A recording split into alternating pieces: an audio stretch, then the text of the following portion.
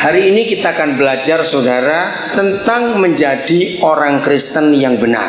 Ya, menjadi Kristen yang benar, Tuhan tidak pernah menilai kita waktu kita sedang di gereja. Ingat itu baik-baik, ya. Menjadi Kristen yang benar, Papa di surga menilai kita dalam hidup sehari-hari. Dari kita bangun pagi sampai kita tidur malam, kalau yang kerjanya pagi, maka kita ini Kristen atau tidak? Kenapa begitu? Kalau kita dinilai Kristen itu hanya waktu kebaktian, maka kita jadi orang yang munafik. Kita bisa pura-pura baik di gereja, tapi di luar bagaimana? Suatu hari saya dengar kesaksian. Ini kisah nyata di suatu kota di Jawa Timur.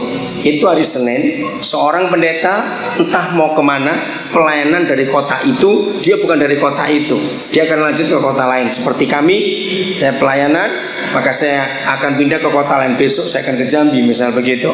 Nah, hari Senin itu dia akan lanjutkan ke kota lain. Dia beli sesuatu ke supermarket, satu toko. Nah, terus setelah dia dapat barang, dia mau cepat-cepat. Rupanya dia salah masuk jalur. Dia pikir jalur yang cuma ada dua pembeli. Satu orang lagi dilayani, lalu seorang ibu dan dia. Nah, dia milih ke situ. Yang lain jalurnya panjang. Ternyata dia salah pilih. Orang yang sedang dilayani pertama itu, pendeta ini nomor 3 ya, nggak tahu ada masalah apa. Si kasir tidak bisa mengetahui harga barang itu. Dia panggil supervisornya untuk tanya ini bagaimana. Enggak datang-datang juga. Nah, rupanya pendeta ini tergesa-gesa. Dia marah. Wow, pokoknya ngomel begitu. Nah, sampai keluar kata-kata, kalau saya pemilik supermarket ini, saya pecat pegawai kayak kamu. Kerja aja tidak becus. Ya habis mau gimana lagi. Akhirnya lolos. Orang itu selesai. Lalu ibu ini dilayani. Ibu ini cepat. Nah, begitu sampai pendeta ini, si kasir nyapa, "Selamat siang Pak Pendeta, apa kabar? Kemarin saya datang waktu Pak Pendeta khotbah." Kira-kira kalau sudah jadi pendetanya bagaimana? Apalagi dalam cerita itu, kemarinnya hari Minggunya kan hari Senin. Hari Minggu itu, kata kesaksian itu, pendetanya khotbah tentang kesabaran. Ayo jujur, kalau saudara pendetanya kira-kira bagaimana? Kalau saya nggak jadi beli, saya lari keluar, malu. Betul tidak? Nah, berarti pendeta ini jadi Kristen kalau kapan? Kalau dia khotbah. Kalau tidak khotbah, dia tidak Kristen. Maka itu hidup kita sehari-hari dikenal oleh orang yang bukan Kristen. Bagaimana sikap kita? Apalagi sosok kota kecil. Sosok ini kabupaten, kecamatan ya. Kecamatan, tapi apa juga ramai sekali. Apalagi kecamatan. Saudara yang punya toko dan orang tahu saudara itu orang Kristen yang rajin ke gereja. Bagaimana kesan langganan saudara di toko waktu saudara melayani? Satu kali saya nginep di rumah satu keluarga di satu kota. Nah, terus keluarga ini ternyata punya pembantunya sudah 13 tahun kerja di situ dan jarang pulang. Lebaran pun jarang pulang, nggak tiap lebaran. Wah, saya pikir hebat juga. Nah, terus saya tanya pada majikannya, 13 tahun dia tinggal dengan kalian, pernah nggak dia itu tanya siapa Yesus yang kalian sembah? Karena tiap minggu dia tahu, bahkan hari lain juga tahu, pasti ke gereja. Oh, belum pernah. Wah, saya jadi curiga. 13 tahun tinggal satu rumah, kok tidak tertarik? Nah, suatu saat saya di rumah tidak ada pelayanan siang. Saya ngomong dengan pembantunya itu. Saya tanya, "Bi, kenapa kok nggak tertarik kepada Tuhannya bosmu? Kan 13 tahun tinggal serumah." Ini pembantu sambil ngelayani saya bilang, "Wow, bos saya itu hebat, ke gereja kenceng. Wah, kalau nyanyi juga kenceng, tapi ngamuk juga kenceng." Ngerti contoh itu? Wah, ini penyebabnya. Kenapa pembantunya nggak pernah tertarik? Karena apa? tidak jadi Kristen setiap hari. Kristennya hanya kalau di gereja. Di luar ibadah nggak ketahuan apa dia. Saudara, maka itu kita harus pikir ini baik-baik. Maaf ya, saya ngomong ini kepada saudara. Tidak semua orang mandi. Lagi mandi ini, dia itu mandi. Tidak semua orang yang sedang makan, dia itu makan. Wih, mungkin saudara bingung. Tidak semua orang yang sedang belanja, dia itu belanja. Nah, terus ngapain? Ayo, siapa pernah ngalami gini? Lagi enak-enak makan ini. Enak-enak makan. Nah, berapa hari sebelumnya orang yang lagi makan ini disakiti oleh seseorang. Nah, kebetulan orang itu baju hijau. Baju hijau, saya minta maaf, saya cuma ngomong ini bukan saudara ya. Orang itu baju hijau. Nah, waktu dia lagi makan, tiba-tiba ada orang baju hijau lewat. Terus dia ngapain kira-kira? Apa? Dia ngapain ayo? Yang lagi makan itu terus buat apa? Enaklah makan ini. Dia pasti akan berhenti makan. Terus giginya bunyi. Orang itu. Kira-kira ya atau tidak? Kalau dia lagi dongkol, lagi sakit hati pada orang itu. Iya atau tidak? Coba jawab. Nah, berarti orang ini lagi makan atau tidak? Tidak. Sedang apa? Sedang jengkel, sedang marah juga. Orang yang lagi belanja, mau ke toko atau mau ke pasar, belum tentu dia belanja. Kalau pikirannya lagi jahat, betul? Maaf, jangan marah. Begitu pula yang lagi mandi, belum tentu mandi. Maaf ya, saya ini kalau ngomong bagi Ibu Pendeta, saya minta maaf Ibu ya. Kalau Ibu mungkin gak suka cara saya minta maaf. Karena Ibu tadi diam saja, gak bergerak sebabnya. Karena yang lain tertawa, Ibu diam saja. Nah, saya ini heran, kalau yang tertawa Ibu Pendeta diam ini kenapa? Saya lagi mikir. Oke, maaf. Ini orangnya, saya itu begini. Maaf ya saudara, tidak semua orang yang lagi ngupil itu ngupil. Loh, kok tertawa? Boleh saya buktikan? Bisa nggak orang lagi ngupil mikir kapan kaya, kapan kawin? Ayo. Bisa tidak? Khususnya anak-anak muda itu. Ayo jangan ngomong. Iya atau tidak? Bisa. Juga orang yang lagi berak belum tentu berak. Sambil dia duduk bertakhta di situ, ini pikirannya bisa macam-macam kemana-mana.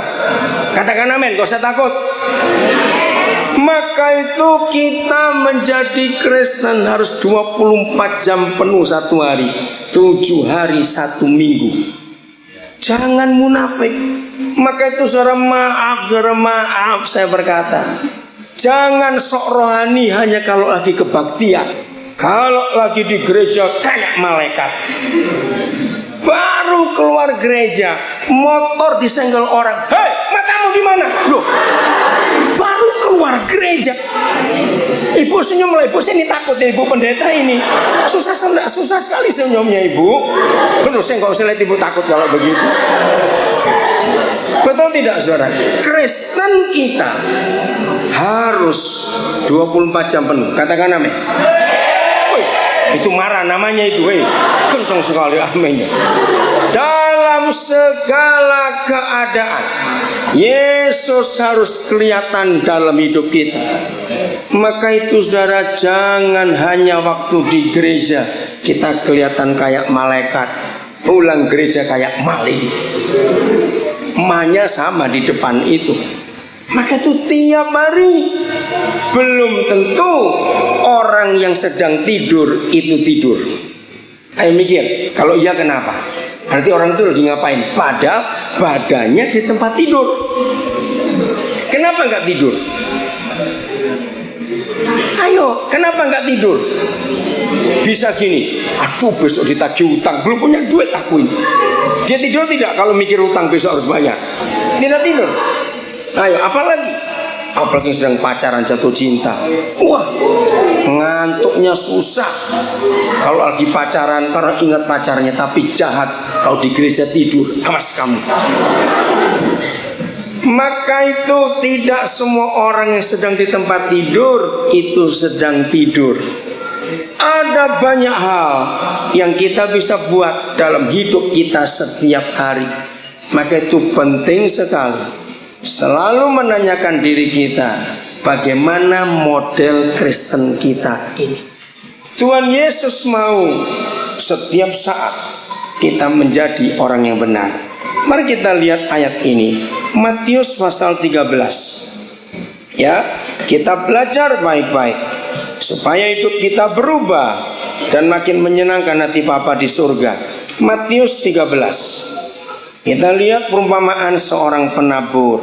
Oke, ayat yang saya lanjut saja pada artinya.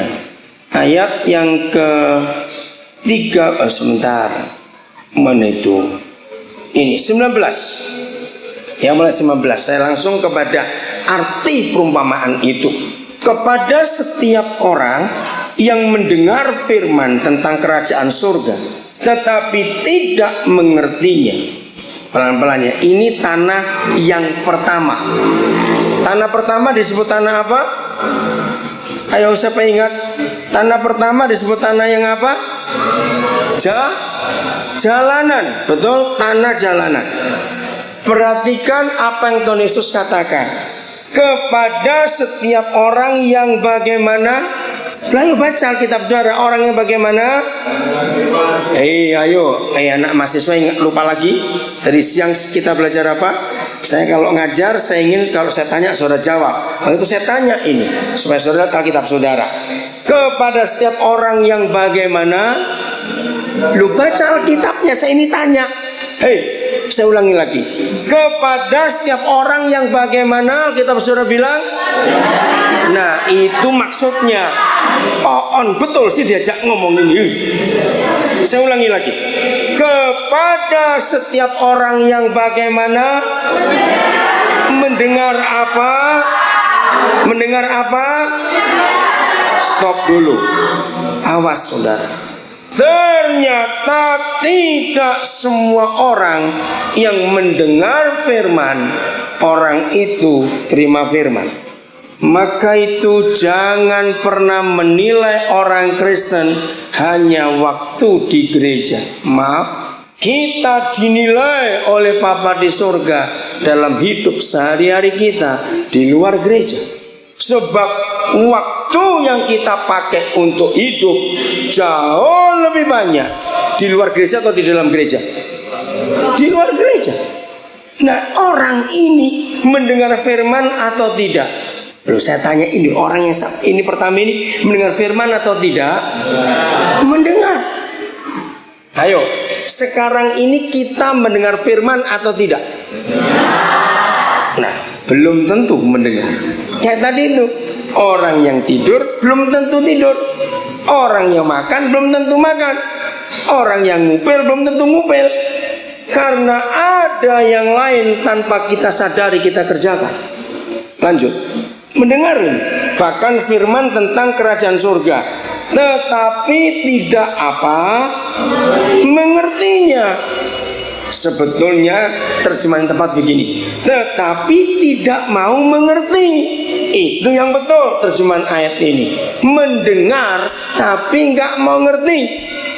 Maaf, jangan tersinggung. Siapa pernah sekolah sudah diajar begitu oleh gurunya, tetap nggak bisa ngerti. Ada bukan? Nah seperti itu kita juga. Dikhotbahi oleh pendeta siapa saja, nggak ngerti-ngerti. Kenapa? Kita lihat ini. Datanglah si jahat dan merampas yang ditaburkan dalam hati orang itu. Itulah benih yang ditaburkan di pinggir jalan. Berarti orang ini ke gereja atau tidak? Saya tanya, kok orang ini ke gereja atau tidak?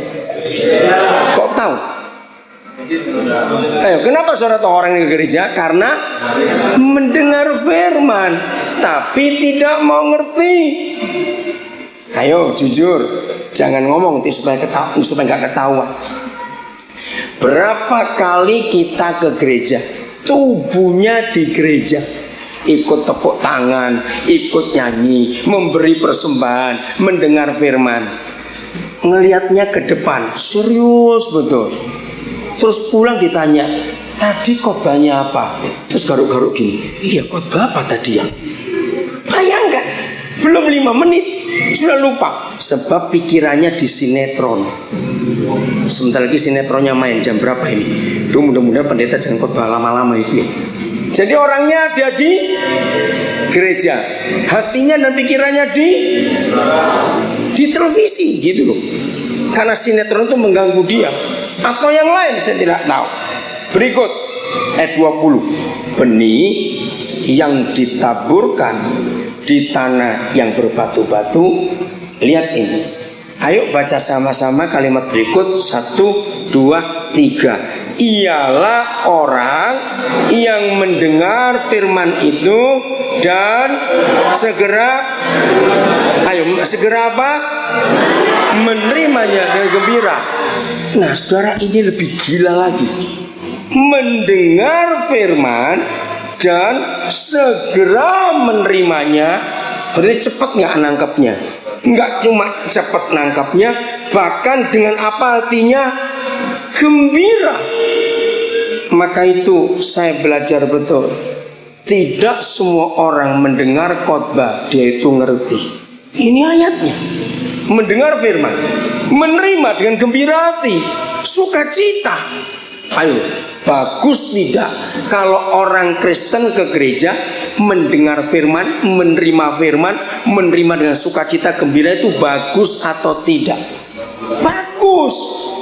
Tapi lihat ayat 21.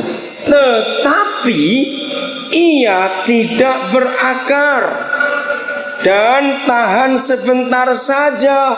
Mengapa tidak berakar? Mengapa bertahan sebentar saja? Alasannya, apabila datang penindasan atau penganiayaan karena firman itu, orang itu pun segera murtad. Saya tanya, ini firman yang nulis, yang bicara Matius atau Tuhan Yesus? Loh, saya tanya, ini loh yang ngomong ini Tuhan Yesus atau Matius? Tuhan Yesus. Saya kaget mendengar firman, menerimanya dengan gembira, bisa murtad, saudara.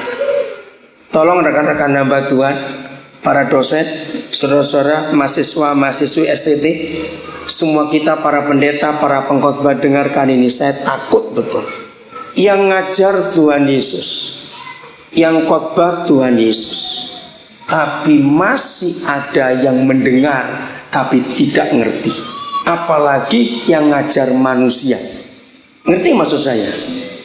Anak-anak mahasiswa, perhatikan ini. Tuhan Yesus ngajar sendiri, ternyata masih ada orang tidak bisa ngerti.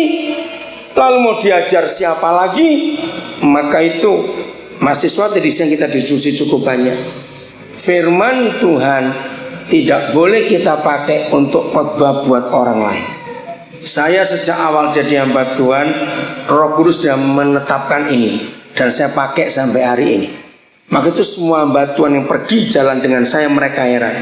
Mereka tanya gini, "Oh, Pak Daniel kan mau khotbah nanti." "Iya." "Kok nggak persiapan? Kok nggak baca Alkitab? Kok nggak begitu?" Nah, itu yang saya paling tidak suka. Maaf, dengarkan ini rekan-rekan hamba Tuhan. Jangan sekali-kali belajar Alkitab untuk khotbah. Awas, Tuhan tidak mau kita hanya pintar ngotbahi orang lain. Lalu bagaimana? Saya kalau baca Alkitab, kalau belajar firman, itu selalu untuk diri saya sendiri. Tiap kali saya baca Alkitab, saya baca firman Tuhan, saya merenungkan. Saya nggak pernah pikir, oh ini cocok untuk khotbah di sana. Oh ini cocok untuk khotbah di situ. Oh ini firman cocok untuk orang itu. Oh ini tepat untuk dia. Jangan sekali-kali belajar firman hanya untuk khotbah. Kita nanti jadi calo. Tahu calo? Ada bis dari Sosok, berhenti dari Sosok. Ya kucing. Karena lewat sini tuh kalau ke kucing. Yang disuruh berangkat. Calonya di mana? Di Sosok, nggak berangkat. Nah, ini yang Paulus pernah katakan dalam 2 Korintus 9. Jangan sampai setelah aku mengajar, aku sendiri ditolak. Wih, menakutkan. Maka itu lagi sekali rekan-rekan hamba Tuhan, Jangan sekali-kali belajar firman hanya untuk khotbah buat orang lain. Jangan. Jadi teman-teman pendeta yang jalan dengan saya bilang persiapan saya itu tiap hari. Enggak cuma kalau mau khotbah saya baca Alkitab. Tidak. Apa yang saya khotbahkan itu harus saya alami lebih dulu. Kalau saya mengajar dan saya belum mengalami, saya jadi orang paling munafik sedunia. Maka itu ingat ini baik-baik. Tuhan Yesus saja ngajar, orang masih bisa nggak ngerti. Apalagi kalau kita manusia ngajar yang lain. Nah, sekarang kembali ke ayat 21. Murtad. Apa kata lain murtad? Cepat, apa kata lain murtad? Ayo cepat beritahu saya. Apa kata lainnya murtad? Meninggalkan Tuhan. Menakutkan. Yang murtad ini tadinya bagaimana? Mendengar firman tidak? Percaya, mendengar firman. Menerima tidak? Menerima. Bahkan apa reaksi menerimanya? Gembira. Bisa murtad, saudara. Maka itu setiap saat, dari kita bangun pagi sampai kita tidur malam, kita ini Kristen atau tidak. Yang ketiga, ayat 22, yang ditaburkan di tengah semak duri ialah orang yang bagaimana? Baca kita besar. Orang yang bagaimana? Mendengar firman itu. Lagi sekali orang-orang ini dengar firman. Lalu, nah ini masalahnya. Hal apa? Baca Alkitab besar. Hal apa? Kekhawatiran dunia dan tipu daya kekayaan menghimpit firman itu sehingga tidak berbuah. Saudara, Papa di surga memberi 3 contoh jelek. Yang pertama, hati yang berbentuk tanah jalanan, dengar tapi iblis curi. Yang kedua, berbatu-batu, dengar firman, menerima dan gembira, tapi penganiayaan datang, dia kecewa, dia murtad. Yang ketiga, dengar firman tapi tipu daya kekayaan dan kekhawatiran. Dengarkan ini. Tolong rekan-rekan hamba Tuhan, para majelis gembala, pengkhotbah, ini penting sekali. Kalau jemaat, kalau orang Kristen hidupnya masih bisa khawatir dan tentang kekayaan, tentang keuangan, maka orang itu belum Kristen walaupun dia majelis. Jadi Bu Gembala, saya pesan hal ini. Kalian semua mahasiswa yang praktek di gereja manapun juga, menilai orang Kristen jangan waktu di gereja, waktu di rumah. Nah, kelompok yang ketiga ini begini. Wah, semangat kalau di gereja, luar biasa. Tapi begitu pulang ke rumah, begitu pendapatan berkurang, marah. Di rumah maki-maki, teriak-teriak.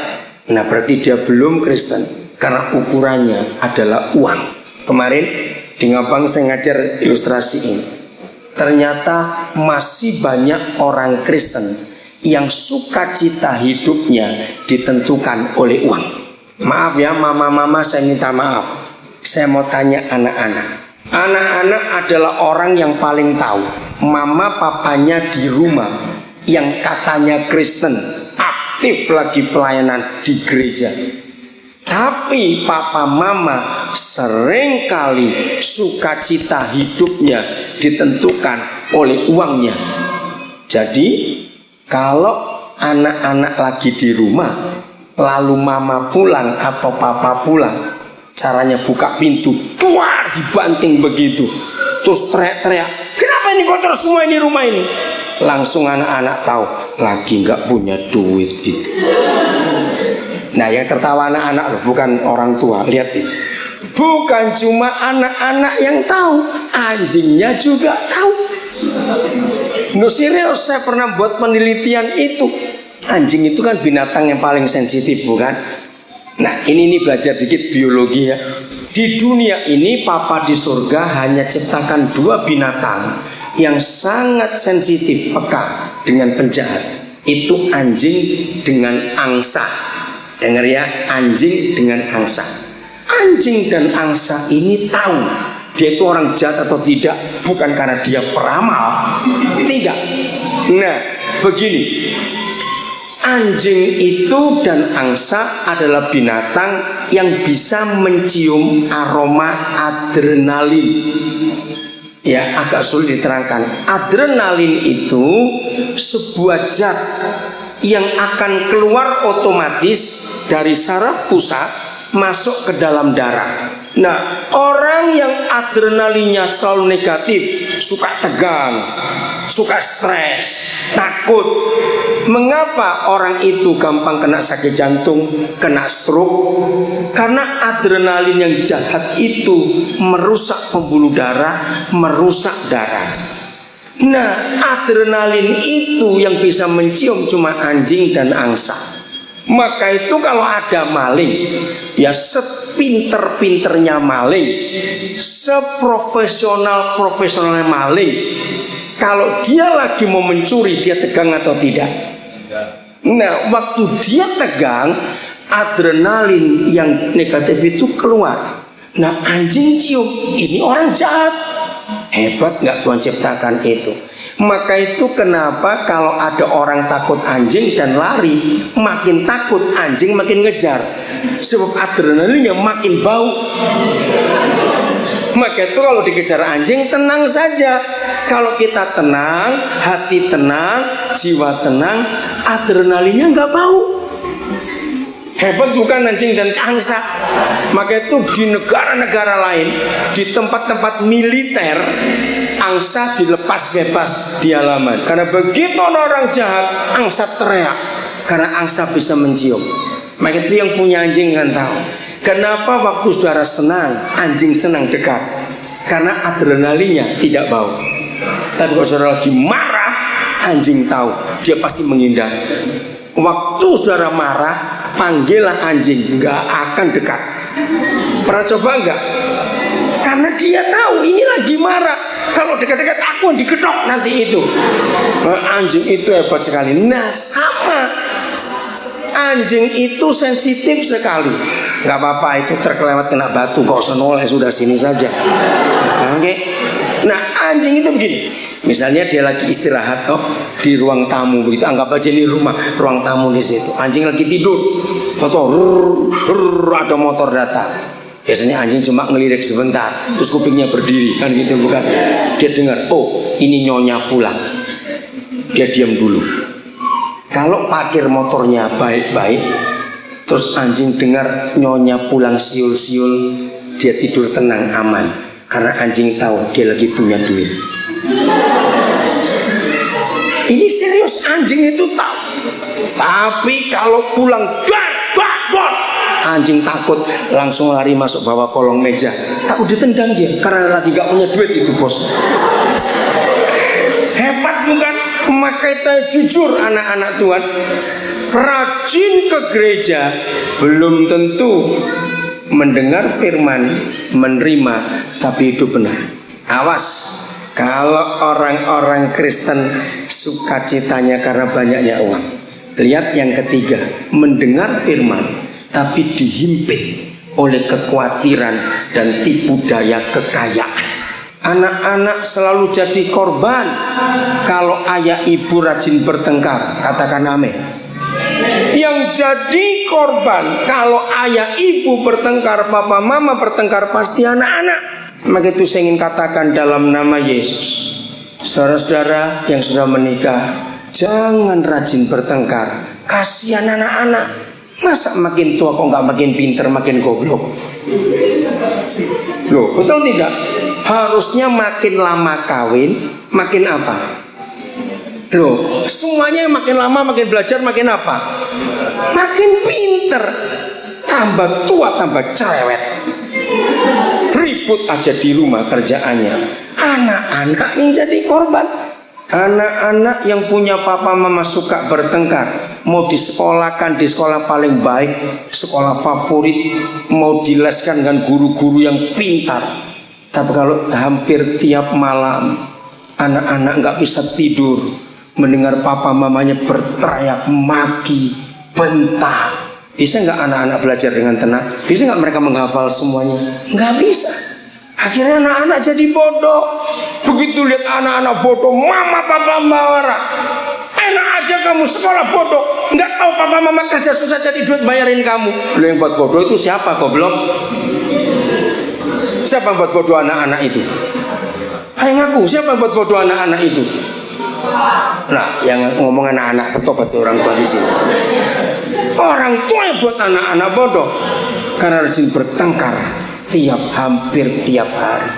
Maka itu jujur saudara, jangan jadi orang munafik. Anak-anak sangat tidak bisa menghormati orang tua kalau orang tua itu munafik. Maka itu saudara, kalau di gereja jangan jaim. Tahu kata jaim? Apa jaim itu? Sok suci, jaga image. Wah, kalau di gereja kayak malaikat betul, kaku sekali, nggak gerak sama sekali karena takut hilang urapan nanti itu. Tapi di rumah minta ampun. Begitu anak-anak nggak bisa respect kepada orang tua. Kalau perbuatan orang tua di dalam rumah dan di luar rumah itu beda. Anak-anak nggak bisa respect. Mau bertobat mulai hari ini? Jadilah Kristen berapa jam sehari? 24 jam. Jadi waktu berak pun tetap Kristen. Waktu mandi tetap Kristen. Waktu makan? Waktu belanja? Waktu marah? Loh, jawabnya gimana? Kok marah Kristen ini nggak bisa? Ingat pokok Tuhan Yesus berkata dalam Yohanes 15, akulah pokok anggur yang benar. Lalu kita apanya? Ranting-rantingnya. Ini percaya kalau bunga plastik? Tuh masa belum pegang kok. Dari mana saudara tahu ini bunga plastik? Loh, dari mana tahu ini bunga plastik belum pegang kok? Apa? Nggak layu-layu, betul. Juga nggak ada bunga warnanya perak begitu. Oke, saya lanjutkan.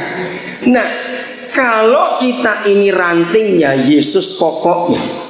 Apakah ranting pohon itu bisa begini? Nempel 2 hari. Bosan lepas, dia jalan-jalan ke terminal, ke Kucing, pulang lagi nempel lagi. Begitu tidak? Jadi bagaimana kalau ranting dengan pokok itu?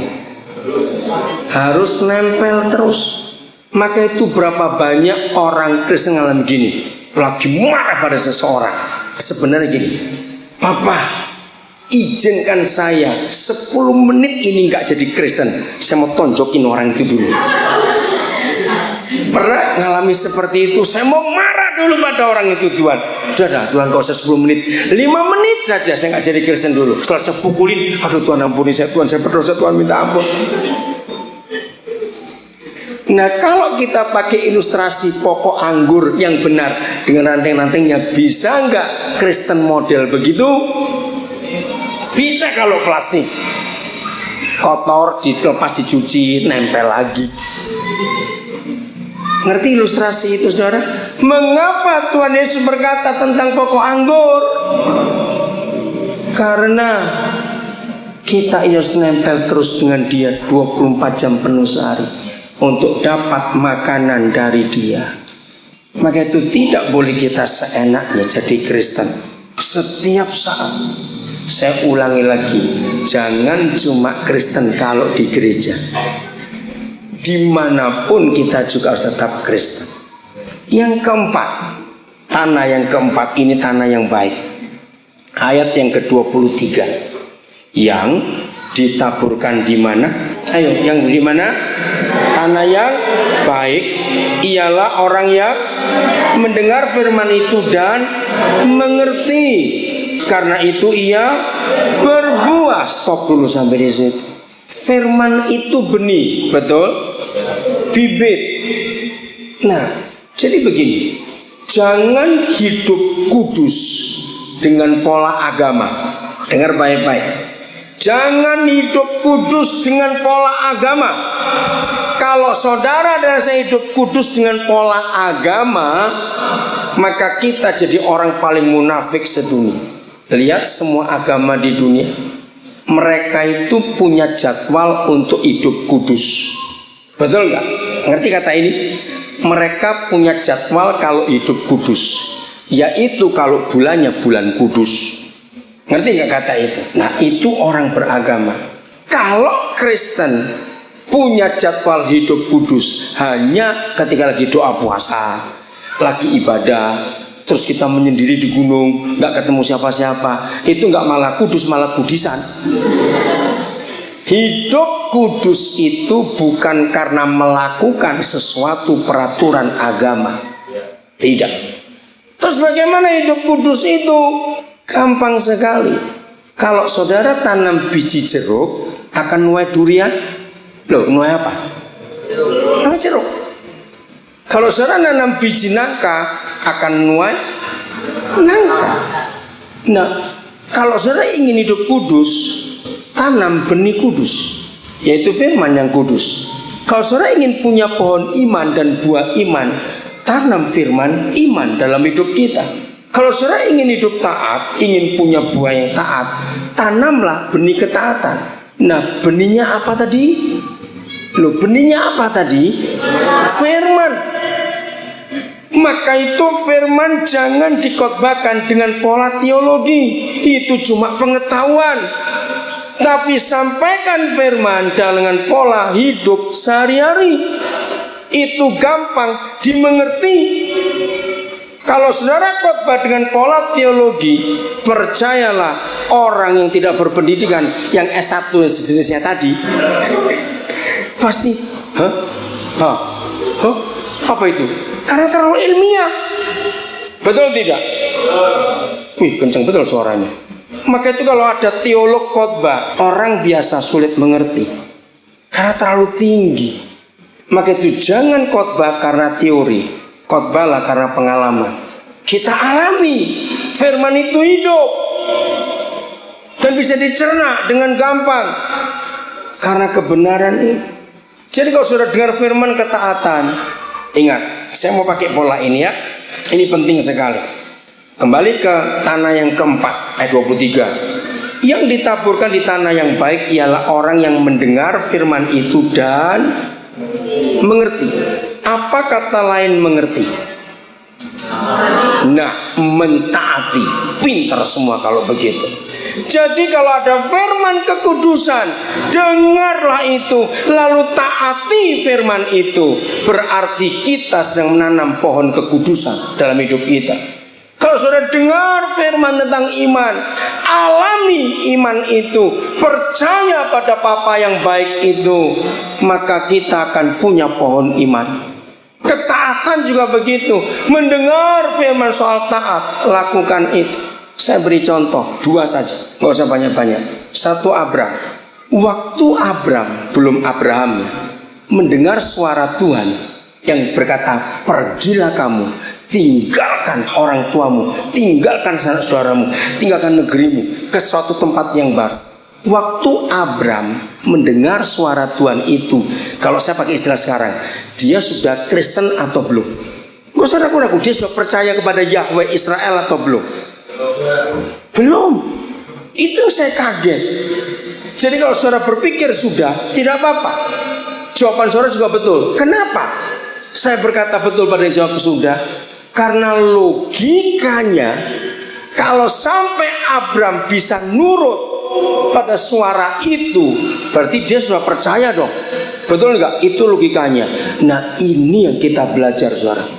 Ayo, sekristen-kristennya kita, kalau nanti malam dengar suara, misalnya Pak Hengki, saya ambil contoh Pak Hengki. Hengki, besok kamu pergi dari Sosok. Kemana? Pokoknya ke Bendahara Pontianak. Bawa anak istrimu, bawa semua barang-barangmu. Kemana Tuhan? Pak Hengki kan dosen bukan? Kemana Tuhan? Enggak tahu, pokoknya pergi dulu. Ayo jujur, saya ngaku, ya sebagai manusia, saya kan mikir-mikir juga, pergi tidak, atau salah dengar ini, atau bagaimana. Tapi lihat Abram, dia pergi tidak? Dia jawab, dia pergi tidak? Dia pergi. Aneh, belum percaya kepada Yahweh Israel, bisa nurut pada suara itu. Maka itu buah ketaatannya. Abram dipermuliakan sampai hari ini. Dia sebagai orang yang pertama lahirlah bangsa yang hebat. Kedua, Maria. Maria yang ibu Yesus, bukan Maria yang di situ rumahnya. Awas. Ya. Waktu Gabriel disuruh ke dunia, langsung ke Nazaret, langsung ke rumah Maria. Bayangkan kalau surga tidak menemukan ketaatan di hati Maria. Jadi papa cuma begini, Gabriel, kamu seorang turun ke dunia, cari gadis siapa mau hamil sebelum menikah. Zaman itu ya, bukan zaman sekarang, beda, ingat. Kira-kira Gabriel akan capek tidak? Loh, saya tanya jawab. Ngerti nggak pertanyaannya? Kira-kira Gabriel akan capek nggak kalau nggak langsung ketemu Maria? Kenapa capeknya? Kenapa? Iya, nggak ada yang mau, terus ngapain kalau nggak ada yang mau? Mungkin dari ngabang habis semua, nggak ketemu orang sampai ke sosok habis semua gadis. Itu akhirnya dia bilang, Tuhan sudah berminggu-minggu cari nggak ada yang mau ini. Ini memang nggak ada gadis goblok zaman itu. Hukum Taurat masih berlaku. Berzina hukumannya mati tanpa diadili. Enak kalau dilempari batu, ingat itu baik-baik. Harus mengerti hukum itu sampai mati. Maka itu dari surga mengapa Gabriel langsung ke Nazaret dan ke rumah Maria? Sebab surga sudah mencari siapa gadis taat, dan dia ketemu Maria. Maka itu kalau namamu Maria tapi nggak pernah taat, ganti Mario. Nama Maria kok nggak pernah taat? Ada nama Maria nggak di sini? Ada. Oke, nggak apa-apa, diam saja sudah. Jadi saudara, ketaatan itu penting. Amin. Karena itu pohon yang ditanam. Saya ulangi lagi ya, Matius 13 tadi. Jadi setelah kita mendengar firman langsung apa? Loh, tadi saudara jawab sendiri kok. Mengerti itulah apa tadi? Taat. Maka benih itu akan tumbuh jadi pohon. Maka itu saya ulangi lagi, untuk hidup kudus jangan pakai cara agamawi. Kita jadi munafik. Kalau bulan kudus saja kita kudus, bulan lain kita seenaknya sendiri. Nggak bisa begitu. Nah, suatu hari Roh Kudus beri saya ilustrasi begini. Di daerah ini paling banyak pohon apa? Buah apa? Sosok ini, karena buah apa? Rambutan, durian. Oke, rambutan aja saya bilang ya, rambutan. Durian itu buah unik. Baunya neraka, rasa surga. Itu durian, kata Pak Yakub Nawawi. Oke. Nah sekarang kita pakai pohon rambutan saja ya. Siapa yang pernah ngalami begini? Suatu hari saudara lewat di bawah pohon rambutan yang lagi berbunga, ya. Tiba-tiba saudara lihat, misalnya ini pohon rambutan bisa ngomong. Wah, dia ribut. Terus pohonnya goyang-goyang begitu. Kita berhenti, rambutan, ngapain kamu sibuk-sibuk goyang-goyang begitu? Aduh, aku lagi bergumul ini. Lagi bergumul. Kalau aku berbuah sebentar, jangan keluar buah pepaya ya. Jangan keluar buah pepaya. Ada nggak pohon rambutan kayak begitu? Kenapa tidak? Ya kenapa tidak? Kamu adik siapa namamu? Nggak, namamu dulu siapa? Namamu siapa? Theo. Yoyo. Kok nama Jawa orang Dayak nggak boleh itu? Doyok. Oke. Doyok jawab karena dia nggak punya mulut. Bukan itu jawabannya. Nah, ini kan misalnya. Ayo Doyok jawab. Misalnya, kenapa pohon rambutan atau pohon apa saja kalau dia lagi berbuah mereka nggak perlu bergumul untuk jadi buah apa? Ayo sahabat jawab. Nggak ada pohon bergumul. Ya atau tidak saya tanya ini. Ya toh supaya rambutan. Ya kalau memang rambutan ngapain kamu begitu? Betul? Nah ini dia. Untuk hidup kudus nggak usah berjuang. Untuk hidup taat nggak usah berjuang. Tanam benih kekudusan, nanti keluar buah kudus. Tanam benih ketaatan, nanti keluar buah ketaatan, dan seterusnya. Maka itu mengapa waktu Yesus datang, dia habiskan semua orang beragama. Karena kejam orang beragama itu, saudara. Lihat faktanya di dunia. Yang suka perang itu orang beragama. Karena perang agama itu nggak pernah berhenti sampai hari ini. Lihat dunia ini. Betul tidak? Semua perang pasti atas nama agama. Maka itu agama itu jahat juga. Termasuk agama Kristen. Kita bisa perang sesama sendiri karena kita mempertahankan doktrin kita masing-masing. Jadi sekarang tahu bagaimana hidup kudus? Loh, saya tanya bagaimana hidup kudus? Nggak usah bertapa, nggak usah berpuasa, nggak usah. Masukkan benih yang kudus, yaitu firman. Terus begitu dengan firman, dengan firman, dengan firman. Coba salah seorang baca Yohanes 15 ayat 3. Itu gampang dimengerti. Atau doyok baca Yohanes 15 ayat 3, yuk. Cepat. Yang kuat. Kamu baru umur 13-an ya? Ya, umur berapa yuk? Nggak dengar saya berapa? 14. Ya, baru 13-an ke atas. Baca yuk, cepat. Berdiri. Ayo. Yohanes 15 ayat 3. Ayo.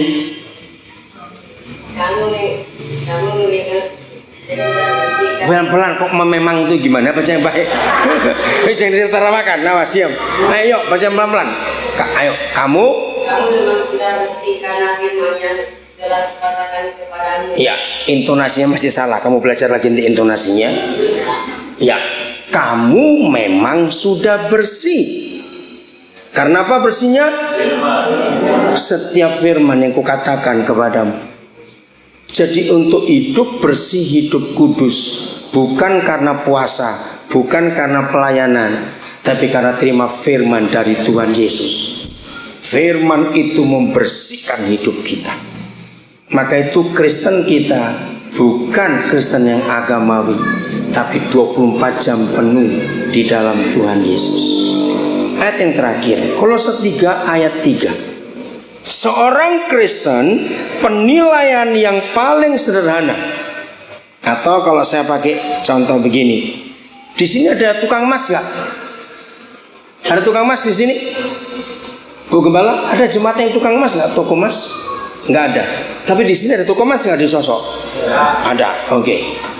Kalau ada orang awam yang nggak terlalu ngerti emas, gampang ada cara untuk menilai. Nah, itu caranya tanya tukang emas.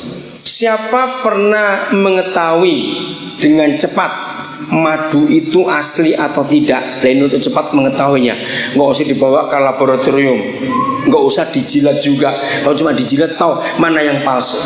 Siapa bisa tahu? Ada satu cara yang paling gampang untuk mengetahui madu ini palsu atau tidak. Ayo, siapa? Ada berapa cara? Tapi satu paling gampang. Nggak tahu madu?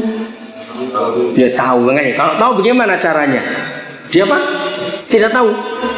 Wah, mas kamu Amos tanya, mau jawab. Ayo, siapa yang tahu? Ada cara paling gampang untuk mendeteksi ini madu asli atau tidak? Kalau asli berbusa.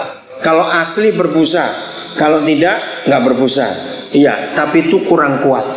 Ada satu cara paling gampang, karena busa pun bisa dibuat oleh orang yang apa itu untuk memalsukan. Cara yang paling gampang ada dua. Satu, madu asli itu tidak akan pernah didatangi semut, walaupun manis. Itu hebat sekali. Jadi kalau saudara taruh madu, semut itu cepat nggak datang kalau ada barang manis? Cepat sekali. Nggak tahu siapa kasih tahu. Walaupun saya taruh di atas, dia bisa datang juga. Karena jengkel sekali, bukan? Tapi kalau madu asli, semut tidak akan pernah mau. Cara lebih yang lain agak sulit, dibakar. Madu asli pasti menyala karena ada gasnya. Kalau yang nggak asli, nggak. Nah, itu cara. Nah, sekarang saya ngomong. Ada satu cara yang paling gampang untuk mendeteksi dia Kristen atau tidak. Kalau emas, ambil air raksa. Itu cara paling gampang ngetes emas, ini asli atau tidak. Kalau nggak itu, ada cara lain lagi. Mau tahu sekarang caranya ngetes Kristen atau tidak? Maka itu tidak jaminan berapa tahun kita rajin ke gereja itu orang Kristen, belum tentu. Maka itu harus lihat 4 macam tanah tadi. Waktu kita menerima firman, bagaimana sikap kita, dicek dalam hidup sehari-hari. Nah, itu kan tunggu waktu. Tapi kalau ini tidak. Saya baca dulu Kolose 3 ayat 3. Kalimat pertama saja. Sebab kamu telah mati. Nah, saya tanya kepada saudara, salib itu tanda kekristenan, betul tidak? Nah, tiap kali kita lihat lambang salib, itu artinya apa? kematian. Mengapa Tuhan Yesus minta kepada kita menjadi Kristen harus mati? Artinya mati terhadap dosa. Karena orang mati nggak bisa diajak berjudi. Betul? Kalau ada orang mati berjudi belum mati dia. Orang mati nggak bisa diajak minum mabuk. Orang mati nggak bisa diajak berzina. Orang mati juga nggak doyan duit. Kasih duit banyak-banyak, dia diam atau gerak? Kalau sampai dia gerak berarti belum mati, gitu saja sudah. Nah, salah satu cara untuk ngetes mendeteksi kita Kristen atau tidak, yaitu dengan cara mati ini. Apa tesnya? Tersinggung. Jadi kalau ada orang Kristen, Kristen-Kristennya dia, sependeta-pendetanya dia, tapi masih bisa tersinggung, berarti dia belum Kristen. Mosok tersinggung aja kok belum Kristen? Benar. Kalau saya menemukan, ternyata tersinggung itu neneknya dosa. Apa itu artinya neneknya dosa? Itu artinya apa? Apanya? Akarnya dosa itu tersinggung. Karena semua orang sebelum jatuh dosa malah itu tersinggung dulu. Contoh kecil, kapan anak muda itu jadi ngerokok? Karena disinggung. Banci kamu gak ngerokok kayak cewek kamu, tersinggung gak dia? Nah begitu tersinggung dia ngapain? Nah itu dia. Betul-betul neneknya dosa. Lihat itu Pak. Nah caranya ngetes tersinggung. Ini ilustrasinya. Suatu hari siapa yang pernah melayat ke rumah duka dan peti belum ditutup, oke?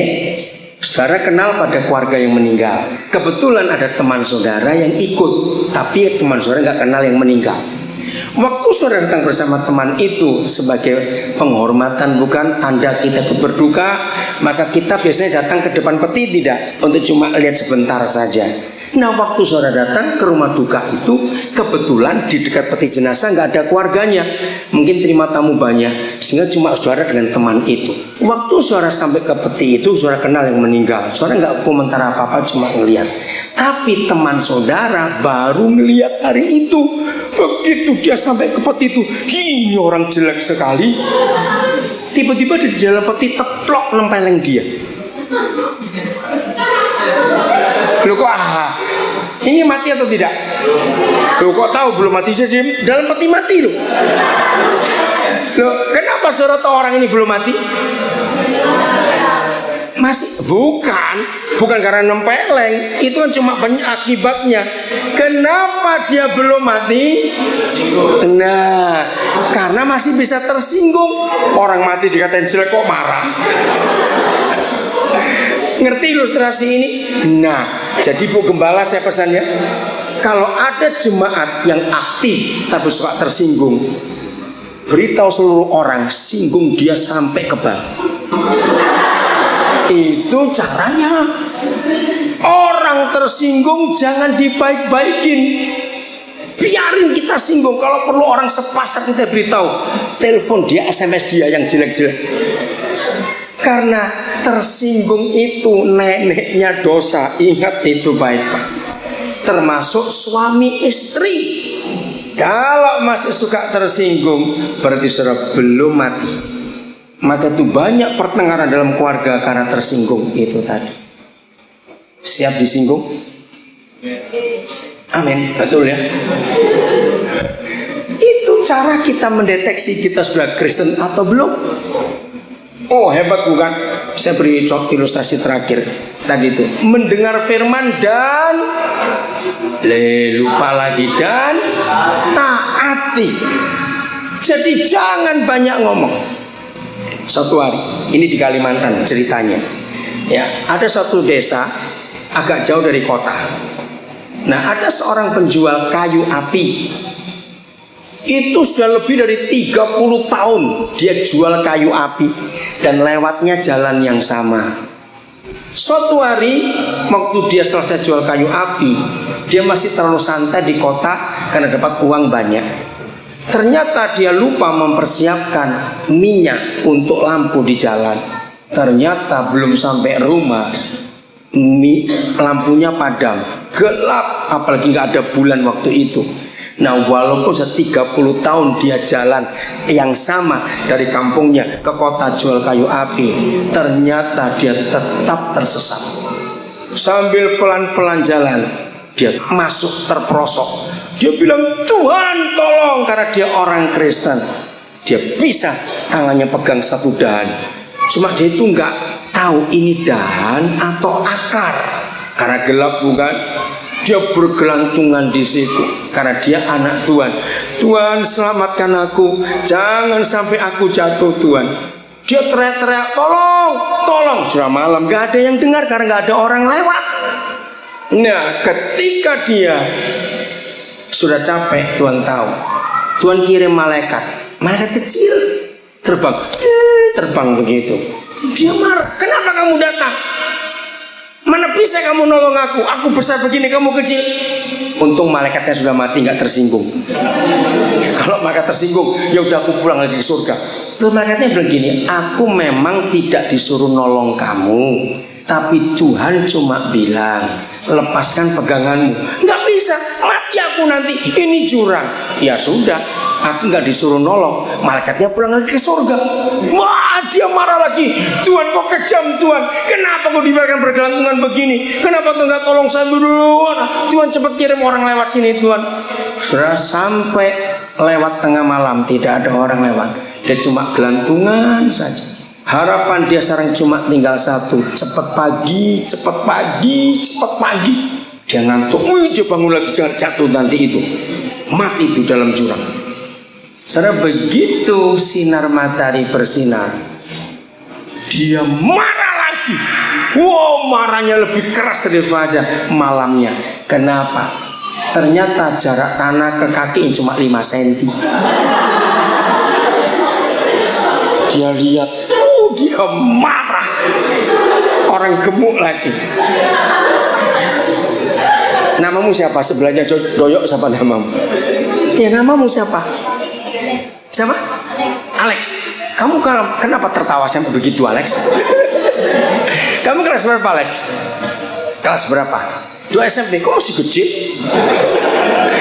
Saudara, jadi orang ini disuruh apa oleh Tuhan? Bukan, taat. Loh, betul enggak? Kan Tuhan sudah jelas ngomong, malaikatnya bilang, aku disuruh bukan untuk nolong kamu, aku cuma disuruh nyampaikan, lepaskan peganganmu. Ya sudah. Nah, itulah contoh kalau orang nggak mau taat, gobloknya sendiri. Gelantungan sepanjang malam, ya cuma 5 cm. Ilustrasi simpan baik-baik ya. Mau jadi Kristen yang benar mulai hari ini. Yang di rumah, awas marah-marah terus. Ayo yang punya toko, ayo pembantunya bagaimana di rumah. Anak-anak Tuhan semuanya, semua kita dengan tetangga-tetangga, ayo kita jadi contoh yang baik. Amin. Dengarkan firman, simpan dalam hati, taati firman itu.